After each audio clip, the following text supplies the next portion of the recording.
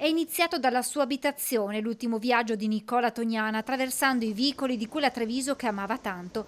Accanto a lui la moglie Maria Paola, i figli Gaia, Mattia e Filippo e i nipoti stretti in un abbraccio come a sostenersi l'uno all'altra, e poi gli amici e i dipendenti, in mano una rosa rossa. Il corteo funebre ha attraversato il centro della città fino al Duomo, dove Don Mario Salviato ha concelebrato insieme a Don Gianni e Don Silvano le esequie.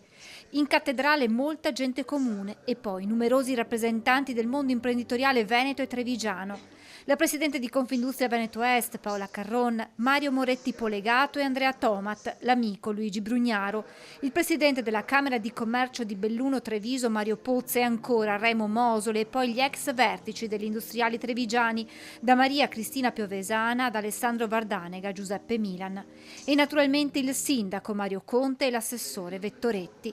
Durante l'omelia Don Salviato si è rivolto a chi ha condiviso tratti di strada con Tognana. La stima, ha detto nei suoi riguardi, l'apprezzamento per ciò che è stato sono sentimenti che abbiamo tutti nell'animo, riconoscenza e gratitudine perché Nicola ha lasciato un segno, prima di tutto nella sua famiglia, che lo ha sempre sostenuto, e poi il segno lasciato in tante persone con cui ha condiviso una parte della sua vita. Le responsabilità in ambito nazionale come vicepresidente di Confindustria, in ambito provinciale alla guida di un'industria a Treviso prima e poi della Camera del Commercio, non l'hanno mai distolto dal fatto di essere una persona capace di umanità, di dialogo, di collaborazione.